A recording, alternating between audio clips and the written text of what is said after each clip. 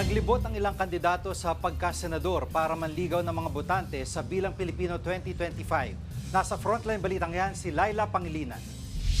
Nag-motorcade ang senatorial candidate na si Willie Revillame sa Cabuyao, Laguna. Hinintuan niya ang mga lumalapit na senior citizen at may mga kapansanan na bahagi ng kanyang plataforma. Namigay rin siya ng mga t-shirt at jacket. Nilapitan naman si Revillame ng isang mangingisda at humiling na bigyang pansin din sila. Nangako si Willie na gagawin niya yan kapag nahalal siya bilang senador. Matapos maglibot sa Cabuyao, dumiretso si Revillame sa Calamba City para doon mangampanya. Naglibot naman sa palengke sa Dagupan City, Pangasinan si re-electionist Senator Amy Marcos. Nakipag-selfie rin siya sa ilang nagtitinda at namimili. Nag-motorcade si Kiko Pangilinan sa San Fernando, Pampanga. Nagpasalamat ang senatorial candidate sa suporta ng mga Kapampangan.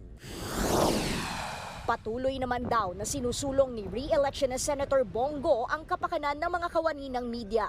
Sa Senado, tinutulak daw niyang maipasa ang Media and Entertainment Workers Bill para lalo pang mapagtibay ang pangangalaga sa kapakanan ng mga taga-media.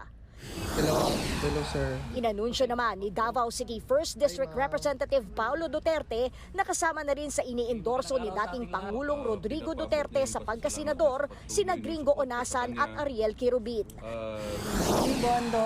Sa isang video, inendorso naman ni Vice President Sara Duterte ang senatorial candidate na si Jimmy Bondoc. Kabilang si Bondoc sa Duterte na iniendorso ni na VP Sara at dating Pangulong Rodrigo Duterte. Nagbabalita mula sa Frontline, Laila Pangilinan, News 5. Mga kapatid, Jiggy Manikad po, iba na ang may alam at may pakialam sa panahon ngayon.